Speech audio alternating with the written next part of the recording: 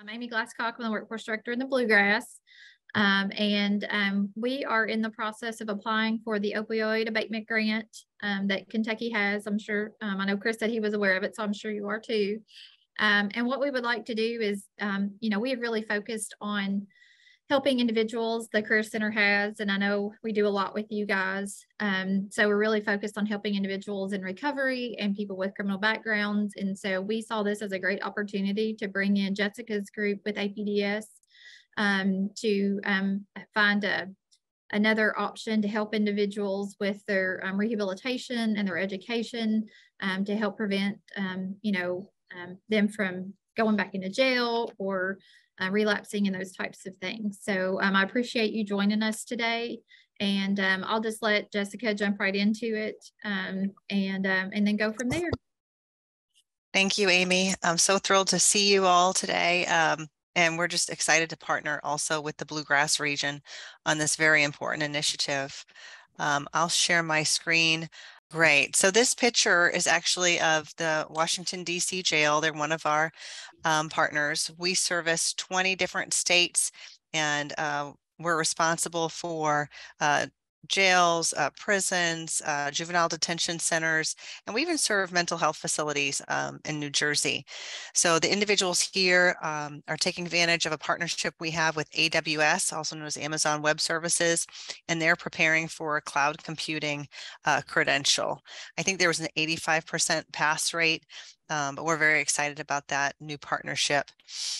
So that's just one illustration, but now I'll get a little more formal with our work. So I'm going to explain who we are, what we do, how we get there, how we get to those outcomes. I'm going to tell you a story in Tennessee, and then we'll switch gears from the PowerPoint and actually dig into the platform. Looks like we have somebody new joining. Welcome, Kristen. Welcome, Kristen. So I'm Jessica Hooper. I'm with APDS. We are a B corporation. We are headquartered in New York, but we're spread out all over the country. We have about 50 employees in a variety of states. I'm so excited to work with Amy. She has definitely demonstrated some strong leadership in the state of Kentucky, and that is consistent with what's going on at the state level with the Kentucky Workforce Board and the governor's office. Governor Beshear is certainly behind this initiative as well, the concept. So APDS is driven to prepare every justice-involved individual for a career. We do this through an individualized education approach, and I'll get into all of that as we progress. We are the career readiness platform for all justice-involved individuals to attain a living wage career.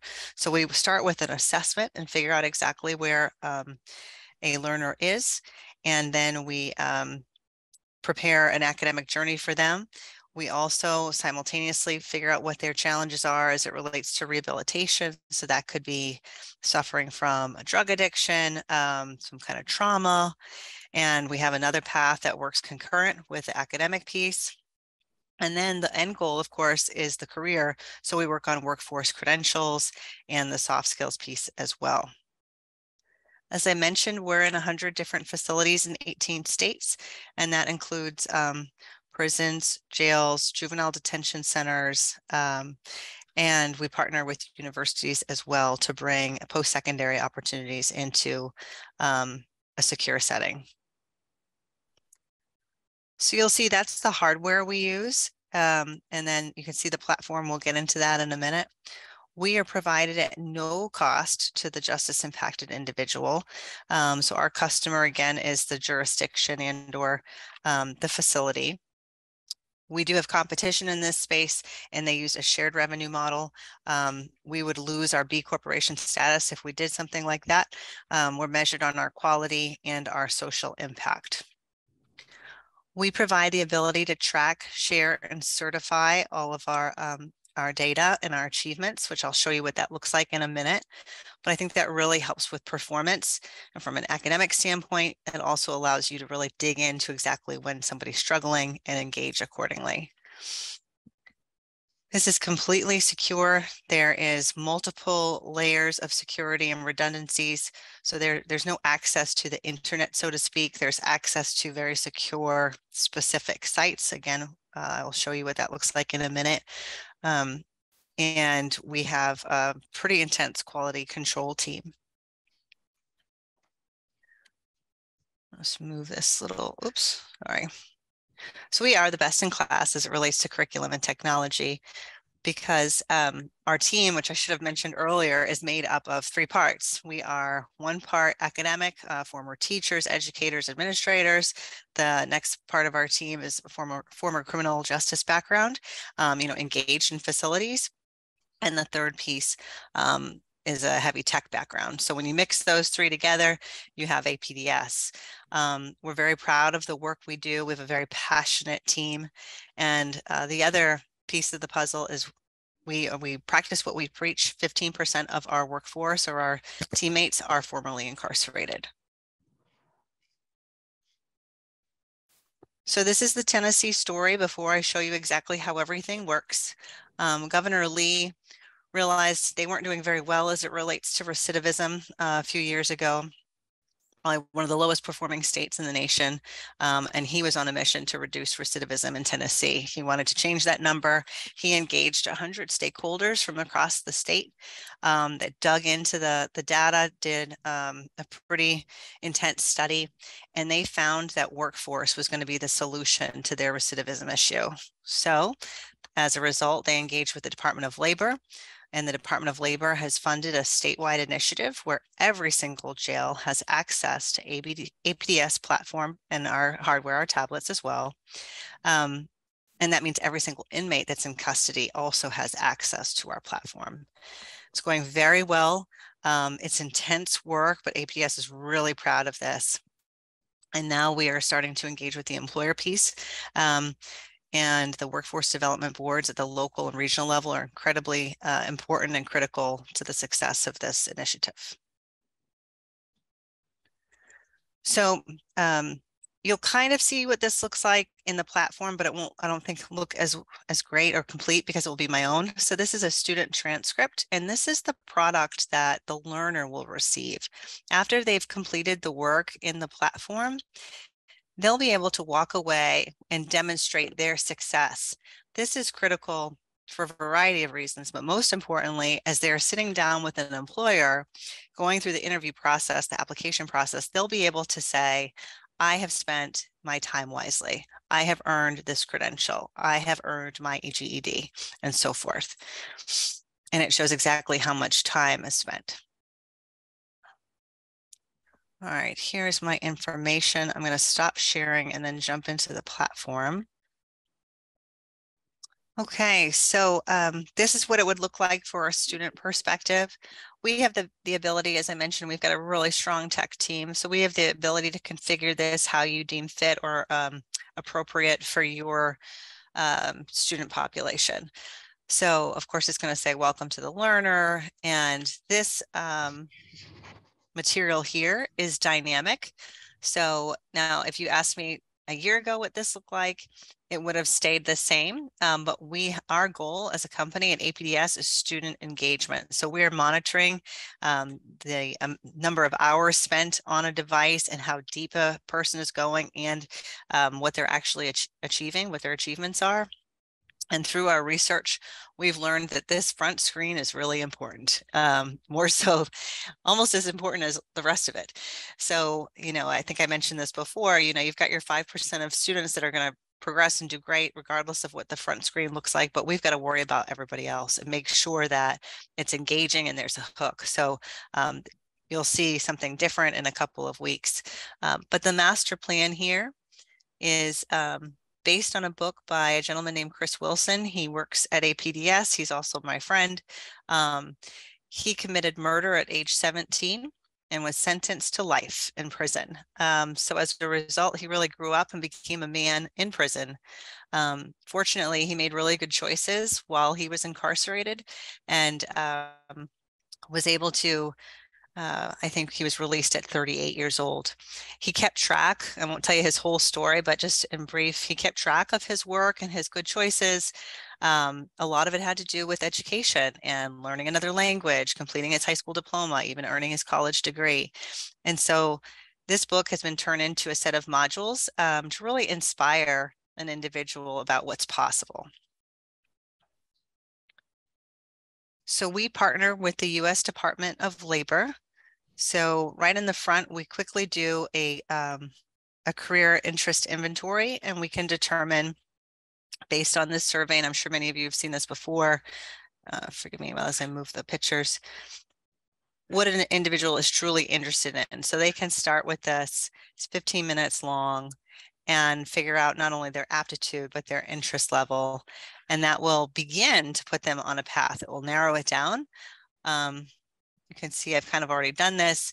It also provides a level of rigor. So once you figure out what your career interest profile is, you can determine if you're level 1 through 5. Level 5 means you're willing to go all in. You want the highest level of rigor. Level 1 is an easier approach. The other piece of the puzzle that I think is really worth sharing, we try to be as incredibly transparent as possible. So we're setting people up for success. So we want to see, and we want individuals to see what the possible salary is so that they can think about the budget, what their budget is, what they need to earn to make sure that they're successful and truly don't recidivate. Welcome, Mason. And so you'll see it maps out the job outlook, the knowledge, the skills, the personality required. So if this isn't a match, if you don't have this kind of personality, you can jump out and find a better fit for you. Let me go back to the front. So that's the front page, the dashboard. You can bookmark everything. So I have a couple bookmarked, different levels that I think would be appropriate.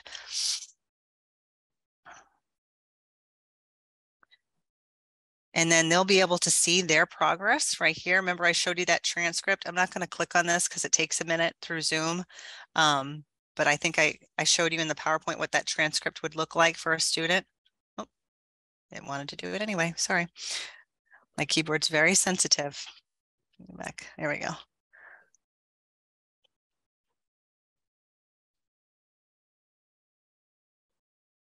Can you see a spinning circle?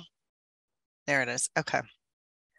So we're still in the career space with the different levels of rigor. I'm going to take you to the Explore section. So I started earlier, Mason, just a quick recap, and anybody else, I can't see all the faces, but just a quick recap. APDS specializes in preparing justice-involved individuals to return to the workforce. We are on a mission to reduce recidivism and prepare justice-involved individuals to go back to a career. We do this through individualized education. We start with education and rehabilitation simultaneously. So we have the ability to see exactly where a person is on their academic level, whether they're at 3rd grade reading level or ready for college. We have a separate assessment for rehabilitation that figures out exactly where they are as it relates to addiction, any kind of recovery needs or trauma. And then once we're on a track with this, then we can start working on the workforce piece, which I think for this audience is most critical. So you'll see Breaking Free is one of our rehabilitation programs. We work on CBT and MRT, which is cognitive behavioral therapy and moral recovery therapy. We go over the 26 different criminogenic behaviors. We also have legal resources, so an individual can work on their case. We have a communication tool that a jurisdiction can purchase that may be a good fit for 2 different purposes here. One, for meeting with your attorney, or for career counseling. It's called Thrive, and you can do one-on-one. It's completely secure and it's monitored.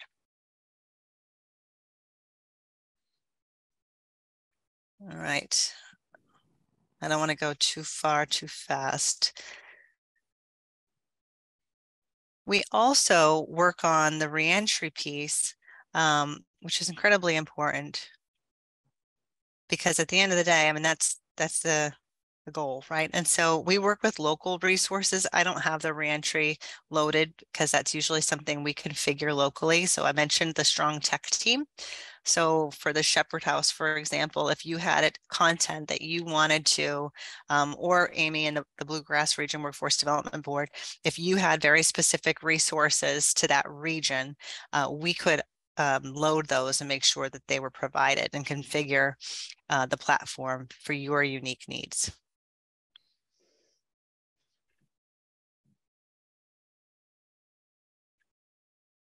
Okay. Oh, pardon me. So again, the individual can see their progress. Since this is a demo account, I have not personally used it. I think I'm going to because the resources are tremendous. And then the jurisdiction can set up a token system, a earn and learn, if you will. So if they can have complete access to this without that system, or you can set up a reward system so that it's incentivized. I'm not sure if there's any jailers on here, but there's also a whole forms engine, which digitize any forms that you have and probably makes life a lot easier because then it produces reports. Okay. Something that I had not thought about with the incentives is, you know, we could do incentives, like include that in the grant they get like a gas card or a Visa card or something with every thing that they actually complete. That would be a really good motivation for some of the folks. So I had done that before. Returns as RCC like to use. Cool. I agree, Amy. And just so you can see a little bit, sometimes it takes longer to go through.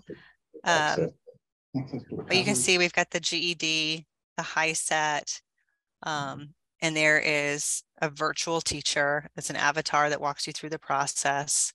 I just wanted you to kind of see what this looks like. This is the GED program. The last piece of the puzzle that I think is critical, again, this is fake. I'm not allowed to show you real data, but the Workforce Development Board, the jail administration is able to see exactly the usage that's taking place. So you can see, okay, I have 500 tablets deployed. I have 30 students or 500 students, maybe double because you can share that device. They've been active on this day. These are the courses, and you can drill down and see each student and how many courses they're enrolled in. And so then you can adjust. If something's not working out, you can make the adjustments. You can also report this, and I think this would be helpful for any kind of grant that you're pursuing, any kind of accountability metrics. Performance data is really helpful. So there's tons of benefits to this particular portal. Is it presented in a classroom type setting or more in like a study hall type setting where they're most of the time doing it on their own? Oh, great question. It's flexible. I'm glad you brought that up because I thought that's the one thing I didn't mention, virtual classroom. So we have the ability to, so let's say you wanted to engage with a post-secondary institution, or it could be the Career Center that wants to offer instruction to support the employability skills course. Or the resume building course. We can set it up so that you have what's called virtual classroom. They would meet just like this. They would have their tablet. They can be, it's up to the jail how they want to offer this, depends on the population you're working with, but they could be in their cells, they could be in a residential unit, or they could be in a classroom. So it's very flexible. This came in really handy during COVID in Washington, D.C. Because of lockdown, because COVID was rampant and, you know, people had to be separated, as we all remember. And so the device was able to really pacify a situation and keep people engaged. And so then they started to see the benefits because people were not only engaged in rehabilitation, but some folks were starting to really learn at a deeper level. And so, and it expanded. But again, it depends on your population and what the circumstances are.